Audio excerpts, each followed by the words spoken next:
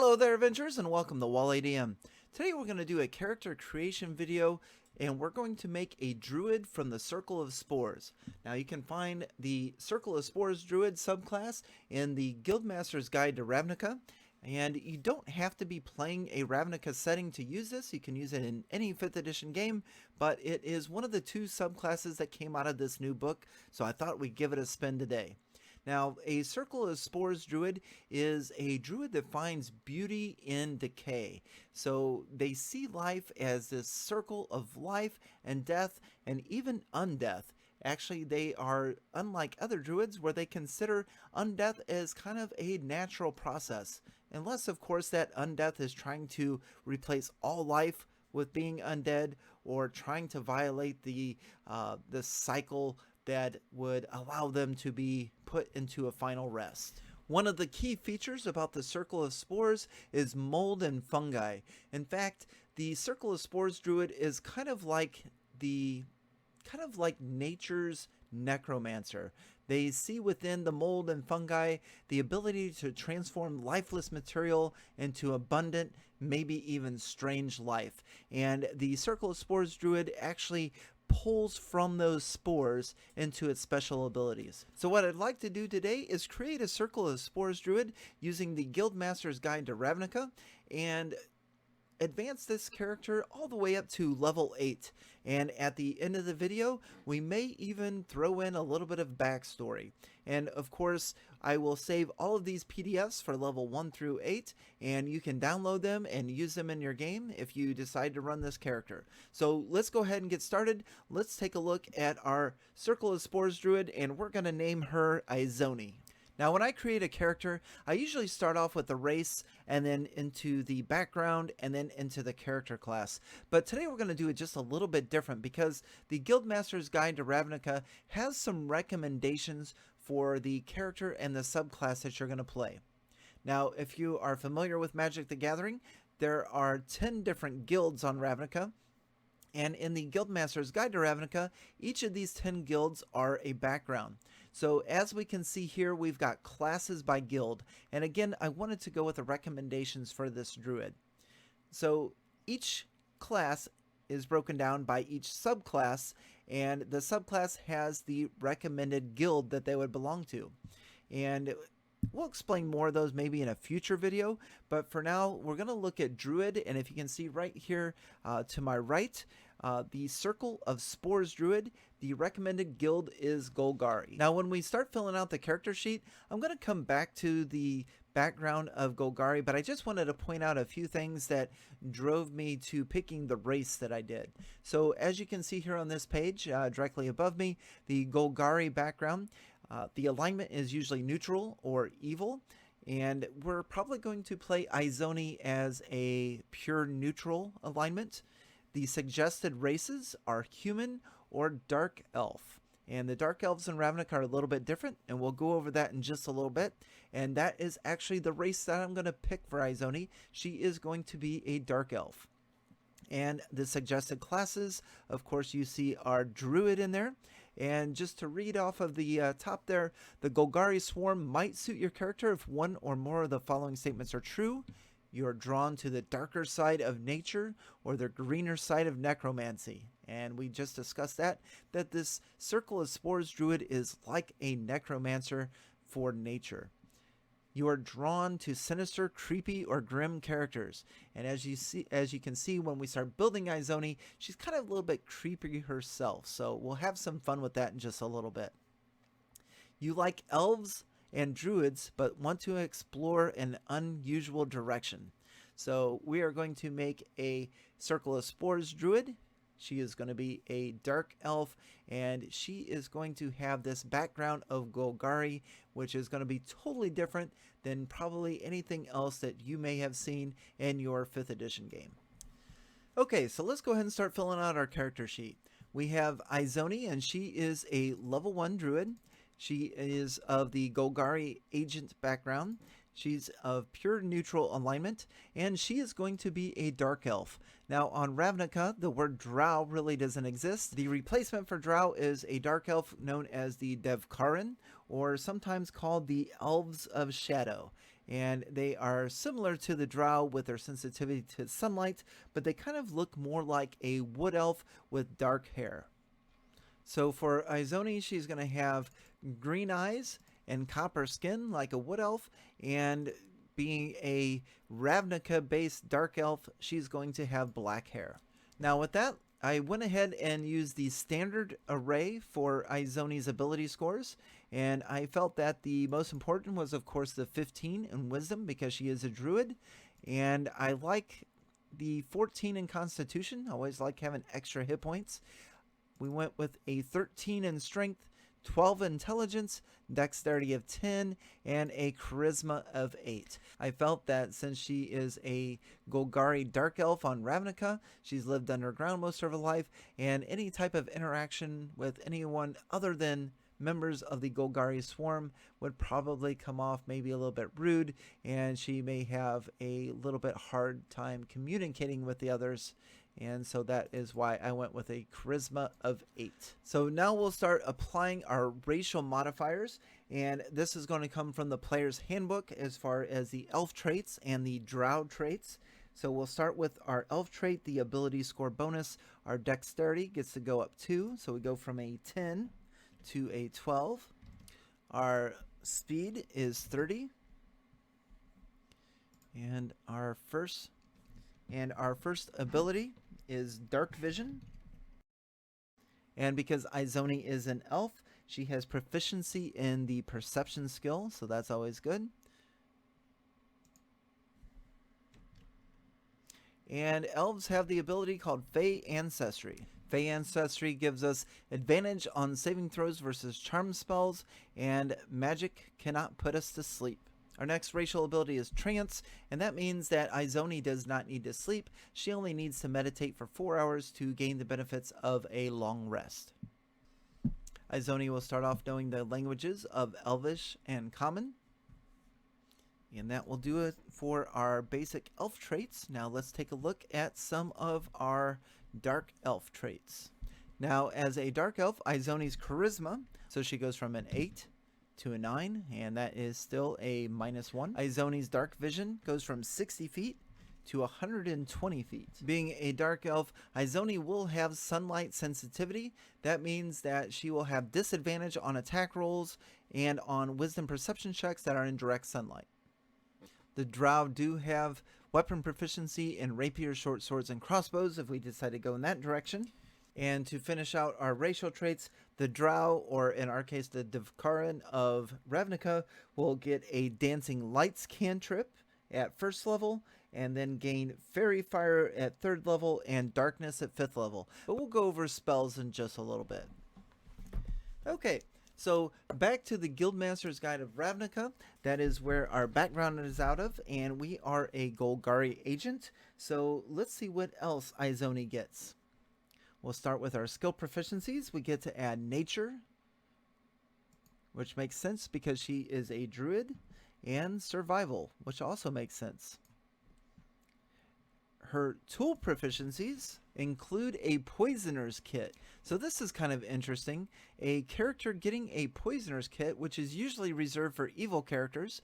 Now I did read earlier that a lot of Golgari are evil, but we're going to do a true neutral character, and it kind of makes sense for this Circle of Spores Druid to have this Poisoner's Kit, and we'll see how we can use this a little bit later in the video. Now, Izoni also gets one more language, and that is between Elvish, Crawl, or Giant, and since we'll be playing in a normal world, we'll probably just go with Giant. Now, for the Golgari agent, they get some starting equipment that includes a Golgari insignia, a Poisoner's Kit, and a pet beetle or spider. I thought that was kind of interesting. We're going to give Izoni a pet beetle. She's going to be more drawn towards bugs and things of that nature. So every once in a while she may just have this little beetle crawl all over her arms and stuff like that. Maybe let it down while she's eating and sharing a meal with her or something to that effect. A set of common clothes and a pouch with 10 gold pieces. So let's fill in her background and start with some personality traits. Okay, so our personality trait, we're going to start with, remember, I could kill you in your sleep, or put centipedes in your bedroll. So she doesn't take things too lightly. She's probably not much into people joking around with her, and she's probably pretty serious and just wants people to know that mess with me a little bit, but remember, you'll be waking up with centipedes in your bed. Her ideals. All of us are part of the cynical march of nature, which will continue with or without us. And this kind of just hammers home the point that she believes that there's three parts of nature, and that is life, there's death, and undeath. And everything just needs to be remained in balance, that when it's your time, and things or people probably shouldn't do too much to interfere with that. For her bond, I have an identical twin who is as different from me as any person could be. Now, I kind of feel like this is a really good DM hook plot. Now, Izoni is of the Golgari tribe, which is, the Golgari swarm, which lives underground. It has a lot to do with nature and bugs and insects and death and necromancy and stuff like that. So as far as helping the DM out with maybe some background material, maybe Izoni has a sister or a twin sister that is in the Azorius Senate. And if you're, again, not familiar with the guilds of Ravnica, Azorius is kind of like the government people. They're all, suit and tie, and everything is by law and things like that. So it would be a really cool plot hook or a background to include that Izoni, who is of nature and likes bugs and dirt and moss and spores and stuff like that, that she has a twin sister who is part of Ravnica's government and has everything to do with law, has maybe a nice apartment in a skyscraper, dresses nice all the time, so kind of a polar opposite. And for her flaws, I assume that anyone outside of the Golgari looks down on me. And we're just going to say that Izoni grew up with the Golgari swarm. She's lived underground most of her life. Again, she likes bugs and dirt and moss and fungus and stuff like that. So if she starts to get in with a party and they get into city environments and they're all finishing their nights off with a bath and for the most part clean, or going to clean establishments and stuff like that, Izoni is going to feel like people are always looking at her and always judging her, and she's going to feel like that, she knows that she's different, and she knows that she has a different way of life. So anyone who is not in the Golgari swarm, she just feels like they're always maybe constantly judging her or looking down on her for the lifestyle that she leads. Now, since the Golgari live underground, one of their features are undercity paths. That pretty much means that they know hidden underground pathways. So they're able to travel underground, so either through tunnels or maybe through the sewers or things like that, and they can go twice as fast underground. So instead of going from point A to point B walking through the city, they can lead them through, maybe Izoni could lead people through these sewers and be able to navigate that way and be able to travel twice as fast that way.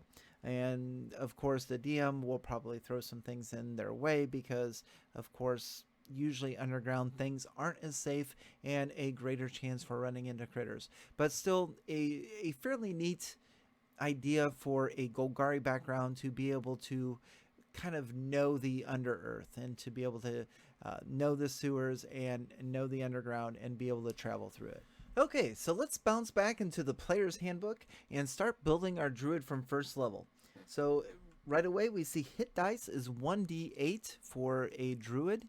So that will give us maximum plus our constitution modifier, which is +2. So Izoni is going to start off with 10 hit points. Now, she is proficient in light armor, medium armor, shields, and things of that nature, but druids will not wear armor that is made of metal. So it has to be either animal hide or leather or things like that. And we're going to start Izoni out with leather armor. So with leather armor plus our dex, that is 11 plus 1 is 12. So we have an armor class of 12. And I see Izoni, and we're just going to go off of the picture of her from Wizards of the Coast. We're just going to give her a quarterstaff. So she's just going to have a normal wooden weapon. So for our weapons, picking the quarterstaff, we can use that single-handed, and that would give us a +2 for our proficiency bonus and a +1 for our strength, so a +3 on our attack roll, and that will cause 1d6 plus 1 bludgeoning.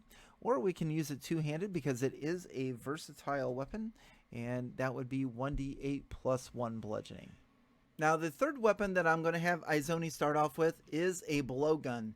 Now, blowguns do not cause a lot of damage. In fact, we've got a +3 to hit, and it's only going to cause 1 point of piercing damage. But what blowguns are usually used for is to deliver a poison. Now, characters usually don't start off with just having poison available to them. This is something, if your character is going to use poison, that you should probably talk to your dungeon master about. I feel that Izoni would be a very good candidate to use poison because she has a lot of knowledge with fungi and molds and insects and things of that nature, and a lot of that covers a wide array of poisons. That, and you top it off with, she is of the Golgari, which starts you off with a poisoner's kit, and she is a dark elf, and dark elves are known to use types of poison to gain advantages and things like that. So here's what I came up with. I'm going to have the blowgun for Izoni, and a blowgun's got a 100 foot range, and it does have the loading property. And what I'm thinking, and what I would probably talk to my dungeon master about, is maybe developing some type of a mushroom poison that causes the target to have hallucinations if they fail a saving throw. And I would probably also come up with like an insect type of poison, maybe like a giant centipede that would do like maybe some type of temporary paralysis, or just maybe makes the arms go weak where they would have disadvantage on attack rolls or things like that. Now, these poisons are not going to be readily available, so the dungeon master would probably have Izoni go through and do a bunch of research in her off time. It would probably cost her a lot of gold, a lot of trial and error to develop these poisons, and she may even have to perform a side quest or two to find chemicals that would be included with making these poisons, or seek out advice from other NPCs that can help her develop those. But I do feel that as Izoni progresses as a Circle of Spores Druid, that having poison available to her and be able to use her blowgun to maybe, hide and then, shoot a poison dart to inflict some type of poison damage or poison effect would really round out her character. Now, one more thing about poison, or at least the poisoner's kit, if you were to look in Xanathar's Guide to Everything, page 83, it goes through and kind of gives some more ideas of what the poisoner's kit can be used for. Right here we have spot a poisoned object with a DC of 10, or determine the effects of a poison with a DC 20. Another kind of cool ability with being proficient with poisoner's tools is investigation perception, which means your knowledge of poisons has taught you to handle these substances carefully, giving you an edge when you inspect poison objects or try to extract clues from events that involve poison. It also has medicine. When you treat a victim of a poison, your knowledge grants you added insight into how to provide the best care to your patient. And handle poison. Your proficiency allows you to handle and apply a poison without risk of exposing yourself to its effects. So some really cool things with Izoni having the Poisoner's Kit as one of her proficient tools. Now, I did get a little bit off track there talking about Poisoner's Kit, but as a druid, druids are also proficient with an herbalism kit. So that could kind of go hand in hand as far as finding herbs to make poison. So that is really cool and really ties the character together.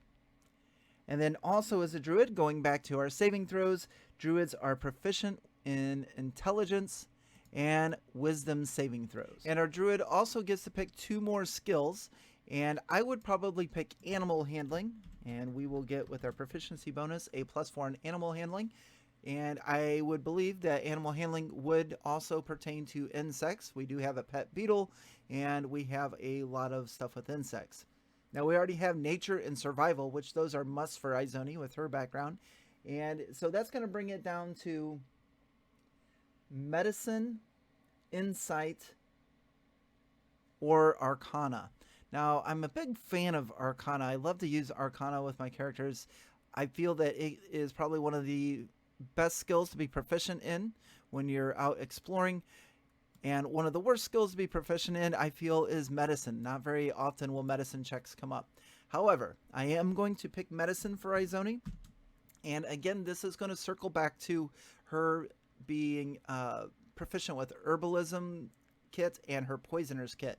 So I feel that if she is going to try to treat people or treat friends that are suffering from poison, or maybe try to create poisons, that a medicine check may come in handy. So I am going to give her a +4 and have her proficient with medicine. Now we are almost done with first level. We are going to get another language, and that is Druidic. And that is a language that is secret and only used by druids. So let's take a look at Izoni's spells.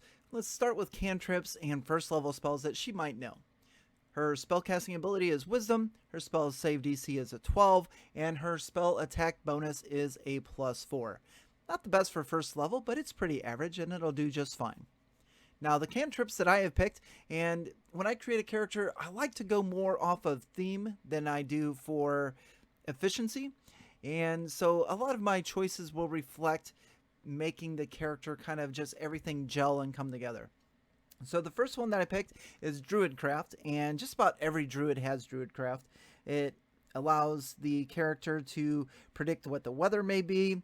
It can allow the character to instantly make a flower blossom, a seed pod open, or a leaf bud bloom. Now, I don't know as much about flowers for Izoni, but there are some fungi and mushrooms and things like that that do sprout flowers on it. So her Druidcraft on this is going to be more geared towards the fungus and the spores and stuff like that. Perhaps seeing, helping it grow so it can like cover an entire log, or if there are flowers, make the flowers bloom on it, or maybe just instantly make it blossom where it explodes and sends spores in the air. So that's kind of the things I see with her using Druidcraft. And of course she can also instantly snuff out light or a candle or things of that nature.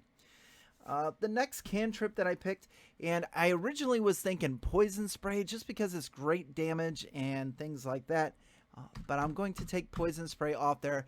Instead, I went with a theme-based cantrip, and that is Infestation. Now, if you're not familiar with Infestation, it can be found in Xanathar's Guide to Everything. And what this does is it allows Izoni to cause a cloud of mites, fleas, or other parasites to swarm a creature. And they need to make a Constitution saving throw, or they take 1d6 of poison damage, and they are randomly moved in a direction. They're moved randomly in a direction 5 feet. Just, you can just imagine them trying to smack all these insects that are infesting him, trying to smack them off, and they're trying to get out of the way and stuff like that. So they move 5 feet in a direction. Now, the damage isn't great. The range is only 30 feet. And again, Poison Spray might have been a little bit better, but I really love this as far as Izoni's theme goes, with being around all these bugs and insects and things like that. So Infestation is a great fit. Now, we do only get 2 cantrips as a druid at first level, but we do get the Dancing Lights cantrip, and that is due to us being dark elves.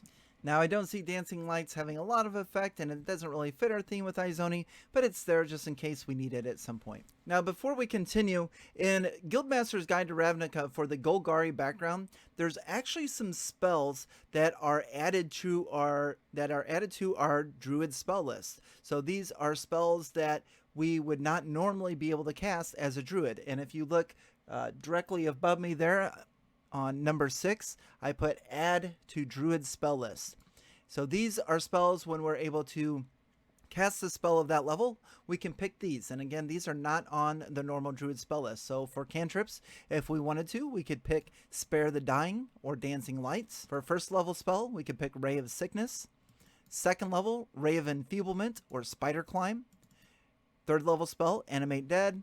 And fifth level spell, Cloud Kill. Now, if you'll notice, a lot of these are necromancy spells, which kind of explains why a character with a Golgari background would get them. Now let's go ahead and continue through, and I'll give you all of my picks for when Izoni reaches the appropriate level, the spells that I would probably have her pick as far as to have ready to be cast.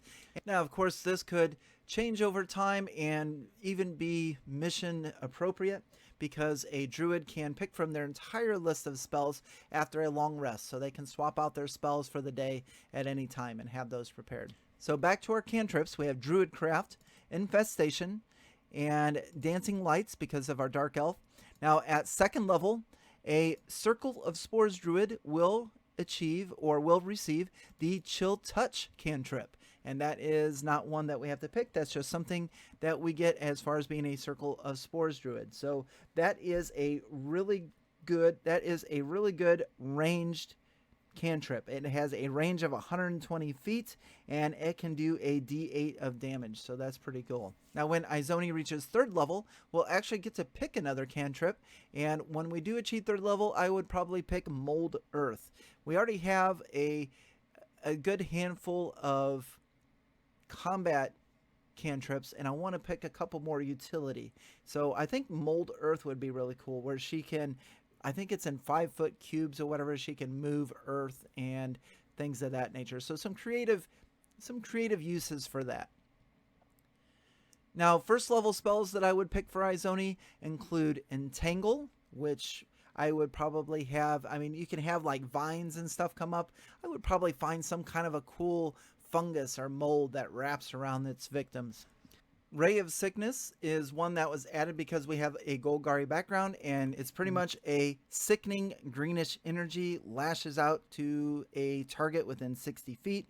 On a hit, they're going to take 2d8 poison damage, and we do have a little bit of a poison theme going with our character.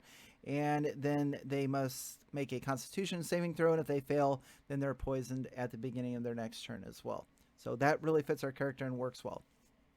Another first level spell that I would probably have is Cure Wounds, and I would not just look at this as Izoni just, you know, be like, okay, cure wound or something like that. I would probably see her having some kind of exotic fungus or exotic mushroom in her pouch, and kind of using that and rubbing it on a wound or something and casting Cure Wounds that way. So as far as playing the character, I would have this as a very different type of Cure Wounds.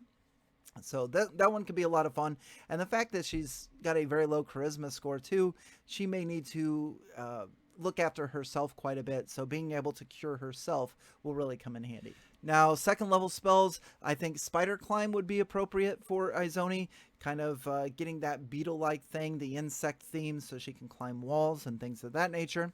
And at third level, because she is a Circle of Spores Druid, she gets Blindness, Deafness, and Gentle Repose. Now, both of those she will know all of the time, so she won't have to choose them after a long rest. At third level, those are just obtained and in her mind to be able to cast. Third level spells I would probably pick Conjure Animals. And as far as Conjure Animals goes, the DM usually determines that, but I would probably work with my Dungeon Master to summon or to conjure up like giant centipedes, fire beetles, lizards, spiders, wasps, snakes, things like that. You know, not your normal animals. I'm thinking more insect, bug, small reptile theme, things like that. And I'm sure any dungeon master would work with you if you wanted to have these kind of animals conjured. Now, Erupting Earth is out of Xanathar's Guide to Everything, and that's kind of a cool little druid spell that affects a 20-foot cube area, and it does have a range of 120 feet. And what happens is the druid causes that 20-foot area, that 20-foot cube area, all of the rock and stone in that area to just start churning And any creature in that area need to make a dexterity saving throw or take 3d12 points of damage. And also that terrain then becomes difficult terrain. Now at 5th level, because of the Circle of Spores subclass, Izoni will have access to Gaseous Form and Animate Dead. Of course, Animate Dead is a necromancy spell, and we have Nature's Necromancer here with Izoni. Now when Izoni is able to cast 4th level spells, she's really going to get powerful. One of the best necromancy spells is Blight. And Blight is a necromantic energy that washes over a creature of our choice within range, and the range is 30 feet, and it drains all moisture and vitality from it, doing 8d8 necro damage, or half as much on a successful saving throw. Now Polymorph is also a very strong spell, and she would probably use this as an offensive spell to turn victims into centipedes or bugs or beetles or spiders or things of that nature. And then finally, an option for Izoni at 4th level is Giant Insect, and that is where she casts a spell and she sees an insect on the ground and makes it a giant insect that can fight for her. Now if we look down a little bit, once we become 7th level, Blight is an automatic spell for us, so we will always have Blight ready to go. And another 4th level spell that we gain permanently at 7th level is Confusion. So that is our Circle of Spores spells coming into play for us, so really cool. And then the last one we'll look at is 5th level spells, and of course, just staying with the theme, I think Insect Plague would be really good. And of course at 9th level we get Cloud Kill and Contagion. Those will always be available to us and always prepared. One last note, if you look at number 7 right above me, these are 2 more race spells, and I put them here so I don't forget, because when I level up a character, I usually just go to the player's handbook for Druid and wherever the subclass may be, which would be in Guildmasters Guide to Ravnica. Very seldom do I go back and look at the races to make sure that I am leveling up or not missing anything that that race would get when we level up. So I like to make notes on my character sheet. So I'm doing this right here. When Izoni reaches 3rd level, because she is a dark elf, she will get Fairy Fire. And when she is at 5th level, she will get Darkness. Now, both of these spells are not ones that she has prepared or she could cast them over and over. They are just spells that she gets access to and can cast once per day. So these 2 spells here are more of an ability that she gains when she reaches those levels, because she is a dark elf. So let's go ahead and level up Izoni to level 2. Now, this is where a lot of stuff happens for Druid, is level 2. She's going to get all kinds of things. So we'll start with her hit points. She's going to take 5 plus her Constitution modifier, so that's 7. So she's now at 17 hit points. Again, she is now Druid level 2. And I believe just about everything else stays the same. So at 2nd level, Izoni gains the ability to Wild Shape. And Wild Shape is where she can magically transform into a beast that she has seen before. Now this is limited to a 4th of a CR creature or below, and that creature is not allowed to fly or swim. Now when we Wild Shape into a creature, we have the option to have all of our equipment Wild Shape into that form as well. We're not allowed to cast spells. We do gain temporary hit points that are equivalent to the beast, and if we receive more damage, that is carried over to our Druid character. We can stay this way a number of hours equal to half our Druid level. So at 2nd level, we're able to stay this way for an hour. And we are able to use this ability twice in between a long or short rest. Now, Xanathar's Guide to Everything on page 24, 25, and 26 have some really nice charts to help you determine what creatures or monsters that you can Wild Shape in. It lists them by their CR rating and if they have the ability to fly or swim. And I went through and picked a handful that Izoni would probably use, because I don't see her changing into a deer or a cat or a badger or a wolf or anything like that. She's going to pick more creatures that are, within the Golgari realm. So When she wild shapes, she'll probably be like a giant centipede, a giant fire beetle, maybe a giant lizard, wolf spider, scorpion, so things of that nature. But a really cool ability, and I won't go into a lot of detail in this video, but if this is something that you'd like to learn more about, let me know in the comments below, and we'll do an entire video on wild shape. Now, as far as some of the subclass features of the Circle of Spores, if we look directly above me, we have Halo of Spores. And what Halo of Spores is when Izoni becomes a second level character, she is always surrounded by invisible necrotic spores. And these are harmless. I mean, people can get within her area and stuff like that. It's not going to do anything. Probably look really weird to somebody that can see invisible, though, to see all these spores kind of just putting a halo or an outline of the character. So that would be kind of neat. Now what these spores do is when a creature that we can see moves into a space within 10 feet of us or starts its turn there, we can use our reaction to deal 1d4 necrotic damage to that creature. Now they are allowed a saving throw versus Constitution, but it is really cool that anytime someone comes in that area that we're able to have some kind of a cool reaction of our skill, and we can use this whenever we have the ability to use our reactions. Okay, now for this really cool ability called Symbiotic Entity. Okay, I don't know if you can see that above me or not, Symbiotic Entity. But what this is at second level, we gain the ability to channel magic into our spores. As an action, we can expend a use of our wild shape feature to awaken these spores rather than transforming into beast form. So when we do this, we gain 4 temporary hit points per druid level. So at second level, we're going to gain 8 temporary hit points. Now, while this is active, if we also use our reaction to use our Halo of Spores ability, we get to roll a second damage die. So if you remember, our Halo of Spores ability was 1d4 necrotic that we could use as a reaction. So this would actually be 2d4 if our Symbiotic Entity is active. Also, while this is active, all of our melee weapon attacks deal an extra 1d6 of poison damage. So that's pretty cool. So we can swing with our quarterstaff and we'll get an extra 6-sided die of damage. Now this ability only lasts for 10 minutes or until we lose all of our temporary hit points.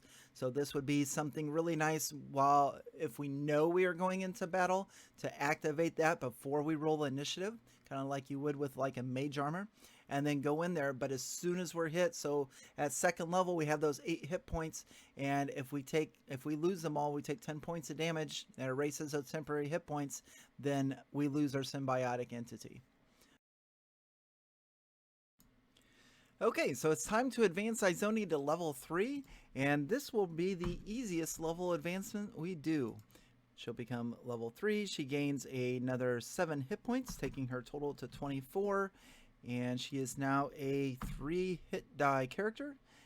And that is it. We gain a couple of second level spell slots, but we've already discussed spells, so let's move on to level 4. Okay, so our druid is now level 4, and again, a lot going on here at level 4, but we'll go ahead and do our class advancement there. And our druid now has 31 hit points and a 4 hit die character. At level 4, our proficiency bonus goes up, so we now have a +3, and that will affect anything we're proficient in.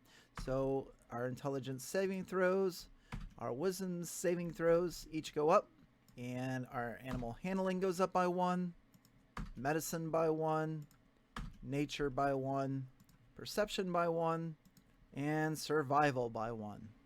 And it looks like I was wrong on that cantrip earlier, so I've already recorded, I'm not going to go back. So that mold earth, as far as getting it as an extra cantrip, that actually doesn't go until 4th level. So my apologies about that, but now it is fixed. And we will have 4 first level spell slots and 3 second level spell slots. Now we get wild shape improvement, and I've already got this written down, so now we can do up to a half CR of a beast, and we can now pick beasts that swim, but we can still not pick beasts that fly. So that's pretty cool. And we also get an ability score improvement, or if your DM allows it, you can also get a feat. And I am going to pick a feat, and that's simply because I want my wisdom to go up 1, and rather than to pump 2 into it, I figured I go a +1 on my wisdom and also get something to go along with it. So the feat that I picked is Observant. Okay, so the Observant feat gives us a +1 to wisdom and a +5 bonus to a passive wisdom or intelligence. And it also allows us to read the lips of a speaking creature if we can see their mouth and they are speaking a language we understand. So that's pretty cool. If we're looking across a very noisy tavern or something like that, and someone is speaking common, and as long as we can see them, then we can read their lips and see what they're saying. So that's a pretty handy feat for role-playing. But again, I picked it just so I could get my wisdom up to 16. So now that we have a wisdom of 16, we get a +3 bonus. So that's going to change a lot of things, including our wisdom saving throw over here. So that goes up to 1. Animal handling goes up again. Medicine goes up.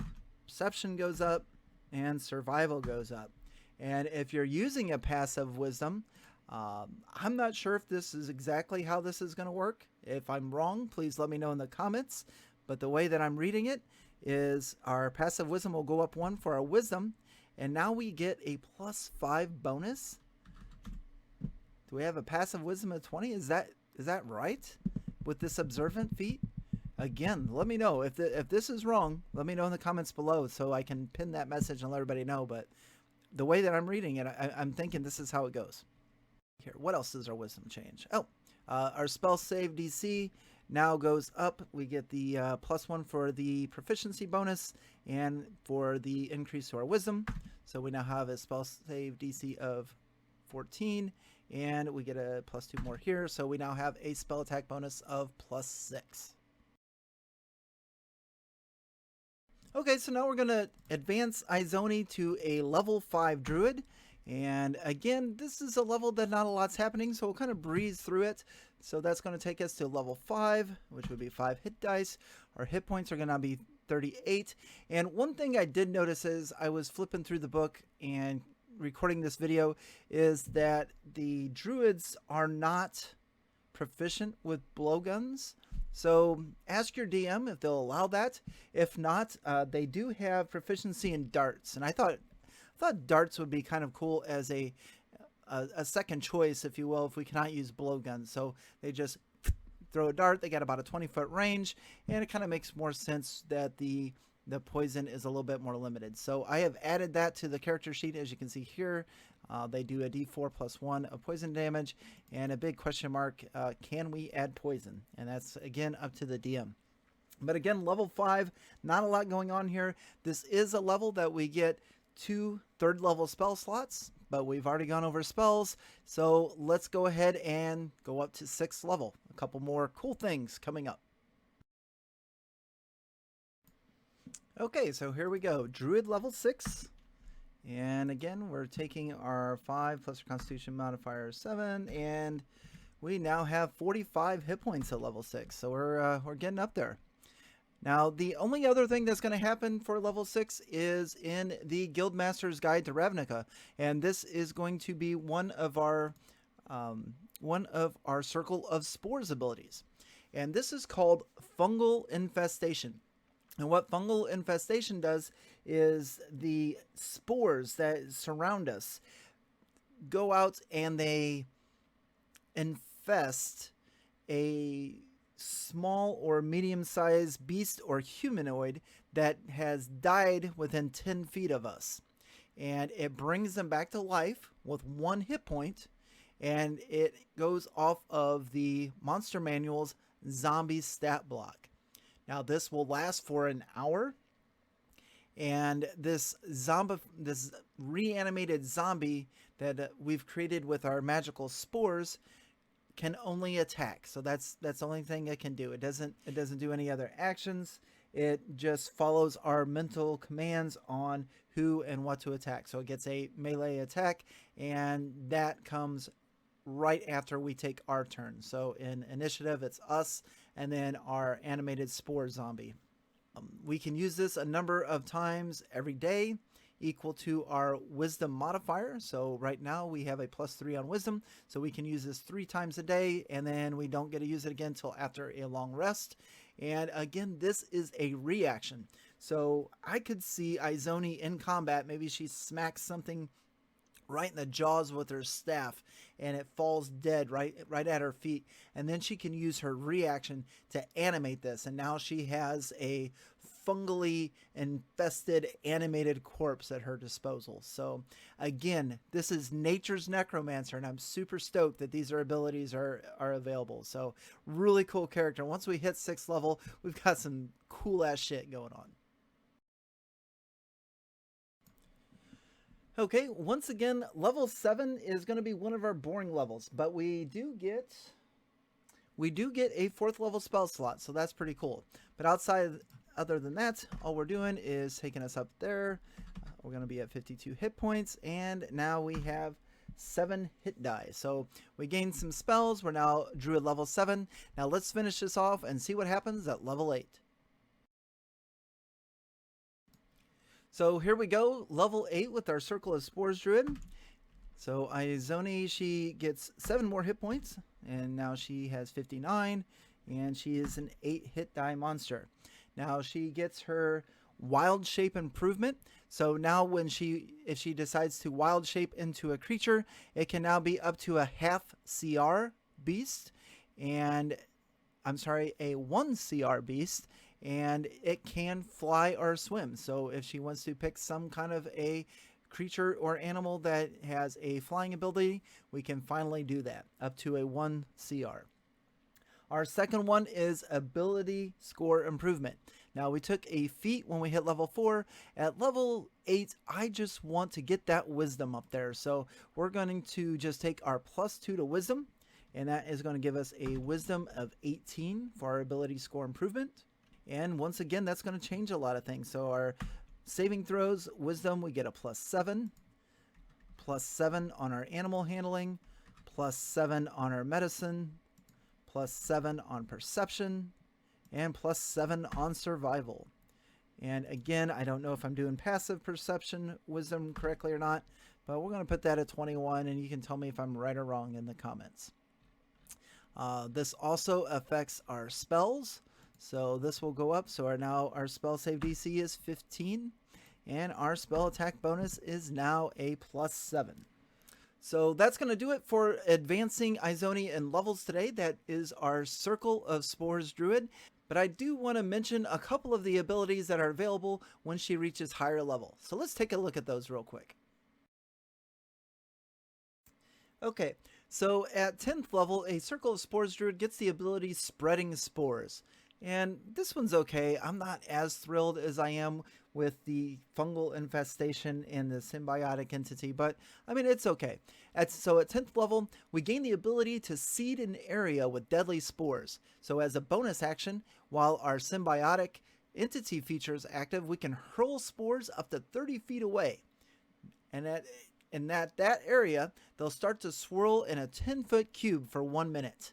Now, when a creature moves into the cube or starts its turn there, that creature takes our Halo of Spores damage unless they make a Constitution saving throw. So it's kind of using our Halo of Spores instead of the where it's just surrounding and they come into our area. We can now just kind of send it out that way. But like I said, it's okay. I mean, it's neat. I love this character subclass and everything. All right, so I'll take it. Not the best, but I'll take it. The last ability that we get is at 14th level, and it reads, at 14th level, the fungal spores in your body alter you. You can't be blinded, deafened, frightened, or poisoned, and any critical hit against you counts as a normal hit instead, unless you're incapacitated. So that is a very, very good defensive ability. So we now have a fungal body that helps us where we can't be affected, and we're immune to 4 different conditions, and critical hits aren't going to do anything but normal damage. So now that we have Izoni created, let's give her a backstory. Here's what I was thinking, and we'll go off of when we first created her with her background, as far as she may have a secret twin out there. And this twin is the polar opposite of her. So if we're not playing in a Ravnica setting, perhaps this is a city girl from Waterdeep. Maybe she is in government, or she was adopted by a noble family, or maybe Izoni was part of a noble family, and when she was born, the parents didn't want 2 kids, and so they kept one, which would be her twin sister, and the other one maybe they sold off to an underground group, and so Izoni has never known her parents. Or instead of making her parents the bad guys, maybe Izoni was taken from her family or presumed dead when she was an infant. So then she grew up in the Underdark, and then her sister has found out that her twin is alive and seeks her out. So I could see her sister may be an adventurer, or may send out some friends that are adventurers, and Izoni is discovered, and she is convinced to go back to Waterdeep or wherever and to meet her sister. And again, maybe they're part of a noble family, so she's surrounded by all these riches. So you have Izoni that's coming into this luxurious setting, this house, and it's all nice and everything. And as she walks in, she's kind of got a little bit of a stench to her. She's got this greenish aura. She's got a pet beetle. She's got bugs crawling all over. She's raw as far as manners are concerned and things like that. But that's the backstory that I would think, and it sounds like a lot of fun to role play out, in addition to playing this character mechanically. And so I'll ask your thoughts as we start to wind this thing up. What kind of a backstory would you give this character? Any good thoughts or ideas that would incorporate not only her mechanical and her theme of the character, but also as role-playing? Be sure to leave them in the comments below. So that's all I have for you today. Again, that is the Circle of Spores Druid, and you can find that subclass in Guildmasters Guide to Ravnica. And I just really, really like the theme that we can put together. There's not a whole lot of this kind of a character out there, and especially with the whole necromancy has to be evil kind of a thing. We're putting together a true neutral character that just knows the way of insects, bugs, fungus, stuff like that. And I don't know, it just seems like she's a great character to play as far as role playing, and a lot of fun mechanically, and I really, really love those abilities that they gave this subclass. So it was a little bit of a long video, but thanks for hanging out to the end. Don't forget to like, share, and subscribe. Also, if you want to hang out and chat on Discord, make sure you join my Discord server. Follow me on Twitter, which is @WallyD2. And don't forget to tell your friends about me. Help me grow this channel. I would really appreciate it. Thanks for watching, everybody. Take care, and on to the next.